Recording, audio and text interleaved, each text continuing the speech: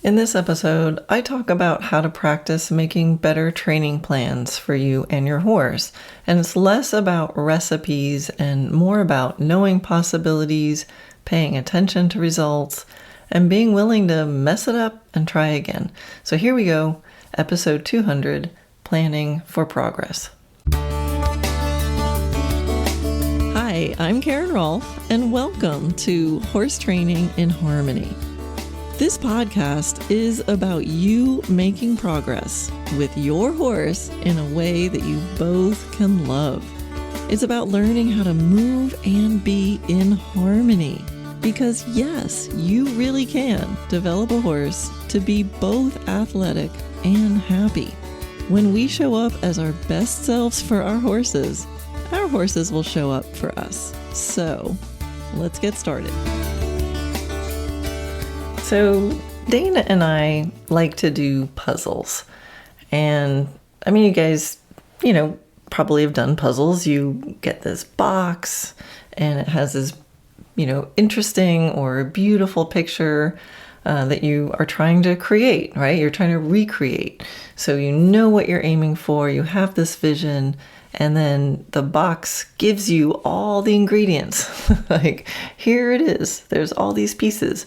And there's some pieces that kind of shape the foundation of it, that make the box of it, the edges. And I don't know about you, but when, there are lots of times when Dana and I will be working on a puzzle and we're sure that there's this piece that should fit in this particular place. It looks like the right shape. It looks like the right color. It even kind of fits. And we'll be finding ourselves kind of trying to make it fit. Like deep down inside, we know it probably doesn't fit, but we're trying to talk ourselves into it. And so, I find myself wishing it would fit, kind of putting it in, it kind of fits, but then if you try to take it off, it kind of gets stuck. And, again, we know it doesn't fit, but it's a difficult puzzle. So you kind of just, even though this is supposed to be fun, I mean, puzzles, we do them as something different and it's relaxing. And I personally love the mindset. It kind of, the whole world goes away and I have to switch my attention to this whole other plane and it occupies my brain. And I just love I love it. It's relaxing. It's fun. It's a reason for Dana and I just to sit at a table together talking about whatever comes up or just doesn't come up. So, I mean, we're doing it for fun. No one is forcing us to do the puzzles. But, there's times where we just want to get it done. There's sometimes I feel like I could sit there endlessly. And there's other times I'm like, I want to get it done. And it can be, kind of frustrating. It's like, oh, that piece, it's hard to find and it really needs to fit. And I just want to get it done. And I think that's sort of crazy. And this is where, the habit of having a sense of humor about yourself really comes in handy because it's completely ridiculous, right? And a joke that we have is that, we need to get out the puzzle hammer. Right? And so we joke that we want to get out the puzzle hammer when you just want the piece to fit. It's close enough. And if we had a little hammer and just tapped it in, we could probably, quote, I'm doing air quotes, make it work. And so I think it's a great joke to make because it sort of points out the ridiculousness of being so end goal oriented and the ridiculousness of allowing ourselves to get frustrated at a puzzle piece when this is sort of a luxury, right? Sitting around doing a puzzle feels like luxury. It's entertainment. It's supposed to be fun. And here we are. Got to get the puzzle hammer out. And luckily we're not really serious about it, but it's fun to kind of just notice, look at my little human brain just wanting to get it done. And here's the thing, we know it's ridiculous because if we were to hammer the piece in, we know absolutely that in reality, it doesn't fit. And down the line, it's going to mess everything else up, right? It's not going to work out. Nothing is going to work out in the end if you hammer the puzzle piece in. So even if you were just trying to get it done, it's still not going to work, right? It's going to make other pieces also not fit in later. So, I mean, who are we kidding? Definitely just ourselves. But isn't horse training just a little bit like this? It's a horse training podcast. You're like, why is Karen talking about puzzles? Well, you can see how it can relate, right? So, there's times we just want something to work, and can't you just do this thing? And it's tempting to kind of get out the puzzle hammer, get out the horse training hammer, and just try to get it to work. And I know that hammer sounds very, violent and harsh, but I mean, let's face it. There are the equivalents of hammers in the horse world. I mean, not amongst you guys, not amongst me if I can help it, but where we tend to want to just get it done. And you don't have to be violent to be, using and I'll put this in air quotes again, the hammer, right? It can be in little moments of force. So, which, sometimes lessons are hard. Let's just be real.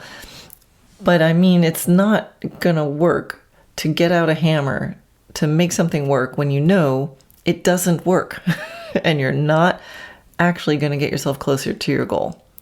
And the only reason that you're getting the hammer out is because you lost your train of thought, you lost your patience, you ran out of ideas. So that's what we want to watch out for. So, and just like with puzzles, it's kind of nuts, right? It's kind of nuts because for the vast majority of us, and I think for anybody doing horses should be about fun. This is a luxury thing to do. It's supposed to be fun. Hopefully it's fun for the horse. Hopefully it's relatively relaxing. Even if it's exciting, it can still be like fun, exciting, not, stress and anxiety ridden exciting. All right. So just like with puzzles, when things aren't coming together with your horse's training, it's a question of choices. You're just picking up the wrong piece and trying to use it. And you got to put that piece down and go look for another piece. What are you doing? And what could you be doing instead? So making training plans and becoming excellent at making training plans lives somewhere between blindly following a rigid schedule, right? Everybody does this, and then you do this, and then you do that, and then you do this for 2 days, and then you do that for 3 weeks, something like that. It's between, excellent planning is between something rigid like that and then just kind of doing random stuff. Oh, let's just do this today. Let's do that today. Right? So if you want to plan, and which kind of, I guess, assumes that you're trying to get somewhere other than where you are. I mean, sometimes we have horses and we do just kind of like to do stuff like, oh, I'm going to go on a trail ride today. Oh, I'm going to do a jumping lesson today. Oh, I think I'll do pole work tomorrow. Hey, I'm going to try that dressage stuff. I mean, you can do that. There are some horses that thrive on that. They're just like, okay, we're doing this. Okay, we're doing that. And it's all light and interesting and has a lot of variety and it's fun. So that's fine. Absolutely fine. And if you have a horse where you and your horse work best, if you literally follow the same routine every day and it is very structured, that's great. So if stuff's working, keep doing it. And this is where I don't like to get rigid in my plans, but if you have a rigid plan, use it. I just like stuff that works, right? So it's really about you figuring out what are you doing? Where would you like to go? And how can we get there? That's really what training plans are all about. So I find, whenever I try to come up with some more rigid set of instructions, I mean, I can do it, but I find it's challenging because when I try to make a plan like that, I can think of somebody who the plan will be great for. And I can even think of a plan that the vast majority of people would have success with. But then I always think of the exceptions. I'm like, well, but with this kind of horse, you might want to do this other thing first. So when I teach, I tend to teach big picture stuff first. Like I really like the big picture stuff, like know the whole map, like zoom out, where are you on the big map? And then concepts and outcomes that you might be looking for, and then working my way into teaching more specific and more granular instructions. So if you're like, okay, this is where I am, I need stuff about communication. Okay, what do you want to say to your horse? What's not working? How do you want it to work? What's the piece? Okay, now we can get detailed and we can get very specific. So those of you who've worked with me know I can get very specific and very granular and hold little microscopes up to things that we're doing with our horse. But I think it's often too easy for humans to grab on to I got this piece, I got that exercise, I got that exercise. And if you don't zoom out and think about the big picture, the concepts, the outcomes, the why are you doing it, then it can be just a bunch of random accumulated facts. Okay. So the other thing about following instructions, for what am I supposed to do with my horse? What's the plan? Also, even if I give instructions, if I'm like, okay, step 1, do this, step 2, do this, and when you get this, do that. It's always more nuanced than anything I could write down as far as steps.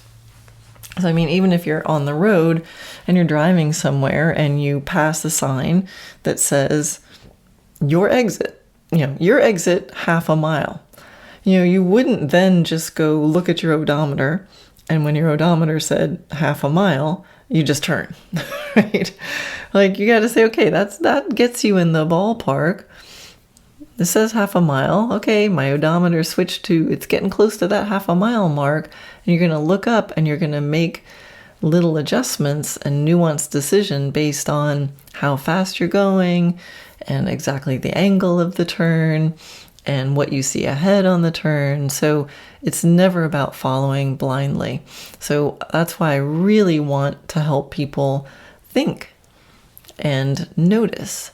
So what I think is most important when figuring out what to do and where to go with your horse is that you have a good idea of where you want to go. And that you know the ingredients, right? Just like with the puzzle. You have the picture and you have the ingredients. And then you need to practice planning, noticing, adjusting, and planning again. So in general, when I teach, I always want to help students be able to do what they already know and to be able to do that with greater awareness, confidence, and success. And that's true for making training plans too. And if you do it that way, not only will you start getting better results right away, but then from there, it's much easier for me or anyone else to tell you other ideas of what to try. And it will be easier for you to assimilate new exercises into your program. Because so much of training is about awareness of the cause and effect of what we're already doing, and then being willing to change and adjust according to the reality of the situation. And mastering the art of flexible, changeable planning will keep things interesting and artistic and yield more results and more success for individual horses, where a more rigid militaristic approach may be more efficient for some, but could be impossible or harmful for others. For me, the measure of a system and a plan is a little about the choices made when things are going well, and it's a lot about the choices made when things are not going well. So does it stay flexible and helpful, or does the hammer come out and start trying to fit square pegs into round holes? So I thought I'd share a little peek inside a resource that I have for how to make training plans. It's called the Happy Athlete Progress Journal. And yeah, I thought I'd open it up and explain a little bit what's inside, and you can start implementing some of what we talk about right away. Now, this progress journal you can find in my shop. I'll put a link to it in the show notes, or you can just go to shop.dressagenaturally.net and just look for the journal. And so it starts with, I started with some instructions on how to use it. And part of the beginning of it is about setting your goals and taking a minute to, what I actually have it called the State of the Union. And so it's a moment to sit down and do that big picture, right? So I know people are going to be coming to this journal with all kinds of different goals and from all different kinds of starting points. And so I was thinking about everybody when making this journal. And so it just starts with, where are you now? What's the level of fitness of your horse? What's the level of fitness of you? What are things that you can already do with your horse that they enjoy? So that's one of the first questions. Like, what does your horse like to do? And that's not just a fluffy, nice, happy question. It's like we can use what they want to do to help train them and inspire them. What are ways you can help your horse relax? What are adjectives to describe how your horse moves? What are adjectives you'd like to use to describe how your horse moves? And then what are adjectives that your horse would use to describe you? So things like that. So it's a real State of the Union, not just about what do I want to do, but it's like to take a little different look at, what is working now, what's the big picture, and then start to set some goals for the next 3 months. And so then we look at your dreams, your goals, your realities. So, and I love the 3-month mark, because I think in 3 months, that's enough time. You can do a lot in 3 months, but it's also close enough by. It's not the, well, someday, right?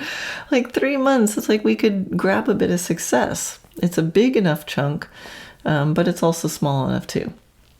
So I have some interesting questions for you guys about your dreams and your goals and your reality, and even asking you like, well, what is your goal for 3 months and why? Why do you want that goal, and how's it going to make you feel at the end of it?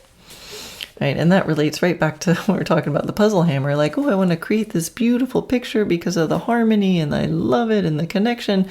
Well, if you have that in the front of your mind, you might not be so quick to reach for the hammer.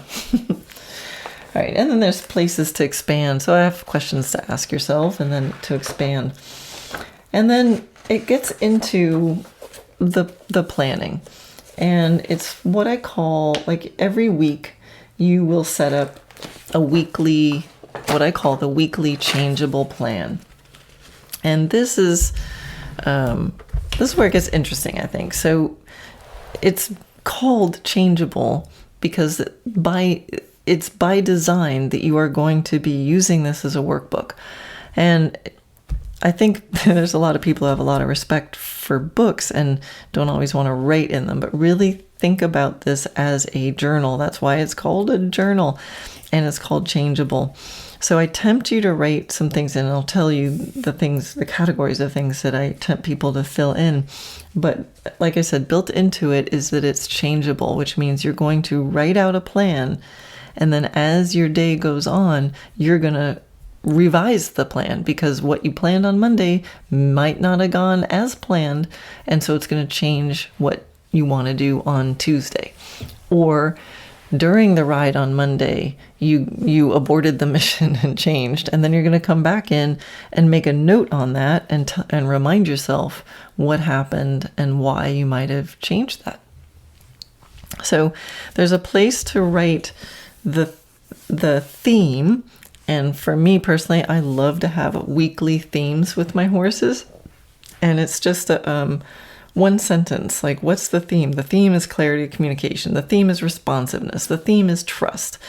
So it's the sort of, if I only remember one thing, what's the one thing going to be? And it might be the thread, the theme that weaves between all the variations. And it's the thing that's like, well, if nothing else works, as long as I had this, right? Maybe none of my transitions were good, but my theme was trust. And I know I handled all the problems and I handled everything in a way that built trust, even if I didn't get what I thought I was going to get. So that's one important piece, is have a theme for every week. And then for different days of the week, and there's a spot to put in 7 days of the week. Now, some of you might not spend 7 days a week with your horse, but I'm going to tempt you to write in those days anyway, because sometimes the days off are just as important as the days on. And guess what? Sometimes there's things you can be doing without your horse, and sometimes there's stuff your horse is going to be doing without you that is important.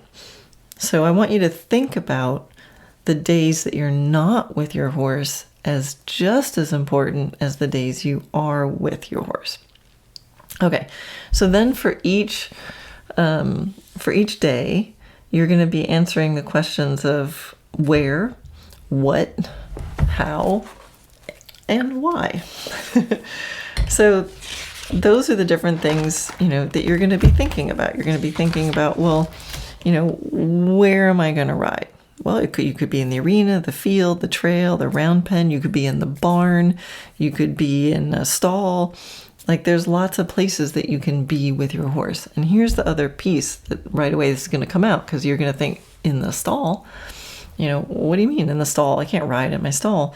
Well, this is a very holistic training plan. So everything is equal. The same way that the days off are just as important as the days you're with your horse, the days that you're riding are the same as the days you're not riding. And the non-demanding time and the grooming time and the silly horse tricks time is just as important as anything else. And so I built this to be holistic.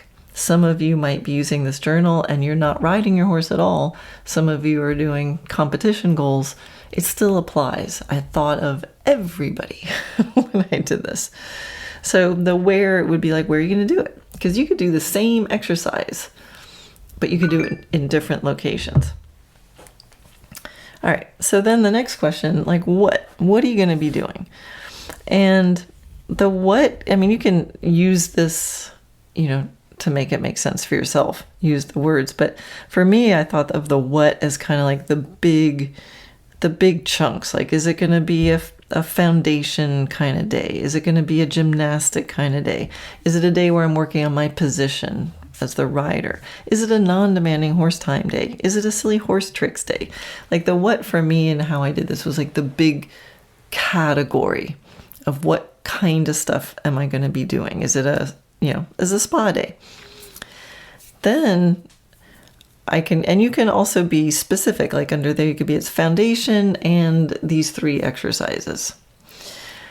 So then the how is where I write down things like, bridle and saddle, riding in connection with the reins. It's like, it's a dressage day, or it could be a freestyle day. How am I going to do it? With no reins. It's going to be a bridleless day. Or it could be on line, like on one line. Or it could be on 2 lines. It's a long line. Like, how am I going to do it? I'm going to do it on 2 lines. It could be at liberty. So, for example, with what we have, I could be in the field doing a gymnastic. Where am I doing it in the field? What? I'm doing gymnastic-y stuff. And how? I'm going to do it on long lines.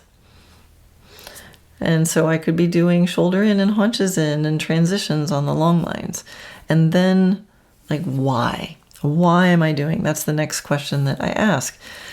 And, you can, again, make this work for you. It could be a very specific thing. I'm going to work on transitions from walk to trot so that why? So that I increase agility and really think about the timing of the transition. Or it could even be more of a category kind of thing, like why I want to, like one category might be, I want to build confidence. Why am I doing this? I want to do it in a way that builds confidence.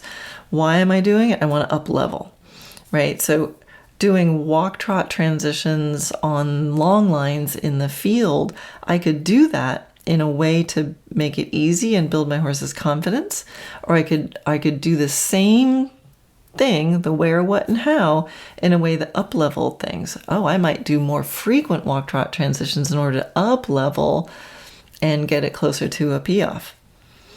Or I might go deep. Like, why am I doing those walk-trot transitions on the long lines? Well, I want to go deep. There's this one little moment of the transition when my horse hops, and I feel like there's like a little tense moment in their back, and I'm going to really dissect that, and I want to go deep into it, and that's why I'm doing it on long line, so I can see my horse, and I can try to see if there's something I can do to have that little sticky moment go away. Another category, I might be wanting to learn or teach something new. I might be going for a best day. That would be like a performance day. Let's run through the test, or let's pretend somebody's watching this. I might want to just touch on some things. I might want to not go deep, not up level. I just want let's just make sure I do a couple transitions. Let's just touch on it. I might be doing it. Why? Just for fun. I'm going to go do gallops up the hill. Why? Because it's fun. I might be doing it for the sake of relationship building. I might be doing it because it motivates my horse or me. So lots of things to consider, where you just, I'm just going to go long line in the field. Well, how? Why? What kind of exercises are you going to be doing? So this is where I think once a week, it's worth it to sit down, write down each day, and just put these blocks on and just see if you can get a sort of arc of the story for the whole week. It's you can keep it in your head, but I find, especially if I'm having a little puzzle with my horse, I find it's easy to write it out. And this actually brings me to another point. And when you get the journal in the shop, there's an opportunity to get a whole training video I have on it that goes into how to use the journal even deeper than I'm doing now. But I'll give you a little preview. And one of the exercises that I have people do is, before you try to make your plan, do it in retrospect. So use it as a like an accounting for what you did. So sometimes people get, I don't know what to do. I don't know how to plan ahead. Well, don't plan ahead. Just spend a week or two doing what you do, and then at the end of the session or at the end of the day, sit down with a journal and just write down what you did and take notes on how it went. And that's going to help you start noticing the cause and effect of what you're already doing.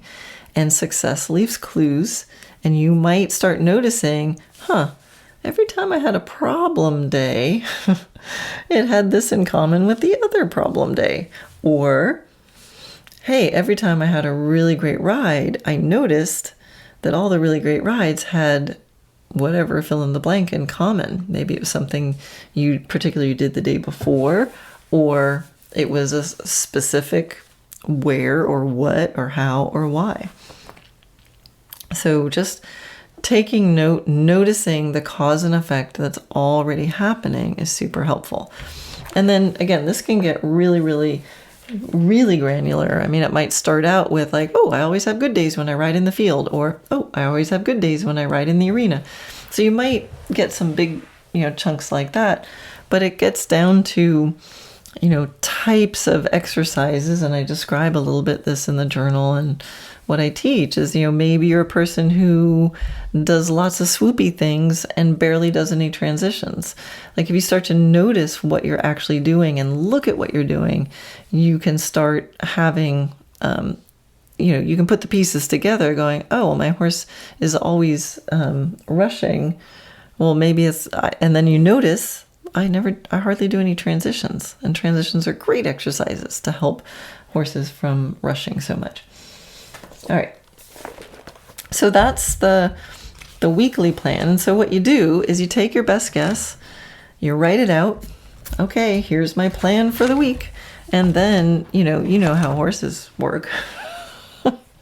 You want to make a horse laugh? Tell them your plans. But again, this is why it is called a changeable plan. So there's the chart for your weekly plan where you just fill in the big chunks.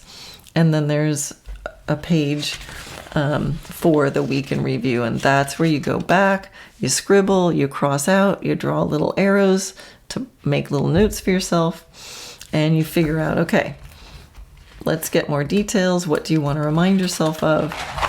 And yeah. And so then also for each day, so there's this one little box where you kind of rate the chunks, the at a glance version of your plan. And then there's 2 pages. One where you expand on your plan, you get much more detailed about the specific exercises you're going to do. And then there's a daily review, which prompts you to answer certain questions that will help you get the most out of whatever happened, even if it all went to, it didn't work. Even if it all didn't work and it was a complete mess and you ended up crossing out everything that you had planned, it doesn't matter. Just at the end of every day, you sit down and you start answering the questions. How did it go? And then I lead you through, a series of other questions that will help you get the most information about whatever happened and be able to take the best of it going forward so you can maximize your results. And so that's what the journal does. And each journal is 3 months of that, just pages and pages of your weekly plan, your daily plans, your week in review, your daily reviews. And that really, if you sit down, if you have trouble making plans, or you feel like you end up with the same chronic challenges happening over and over again, that's the perfect time to sit down and use this journal, because it doesn't tell you what to do, but it helps you understand how to maximize what you already know how to do. And it'll help point out your own patterns. It'll help point out where you need more ideas. Because you might look at where you ride and how you ride. You're like, I'm always in the arena with full tack. I'm always in the arena with full tack. And you'll see in the journal where it's like non-demanding day, spa day. I write my spa days in my journal. It's a hot day, it's bubble bath day, and horse health day, and deep cleaning in the mane and tail, or all the little places. And it's going to be, why? Because it's going to be fun, and I want the horse to feel good, to in the hot day be in the cool wash stall, and whatever the reasons. But it's going to help you naturally tempt you to come up with some different ideas when you need them, and it'll help you solidify and repeat the patterns that do work. So I hope that just giving you just this little peek inside is enough to get you thinking and starting to get some other ideas. And like I said, the first thing that you can do before you get the journal, just start writing down a historical record of what you do each day. Write it down, and then, here's the really important part. Look at it. So write it down each day, and then at the end of the week, go look at it and see if you can notice any patterns that cause problems or patterns that cause success. I hope that helps.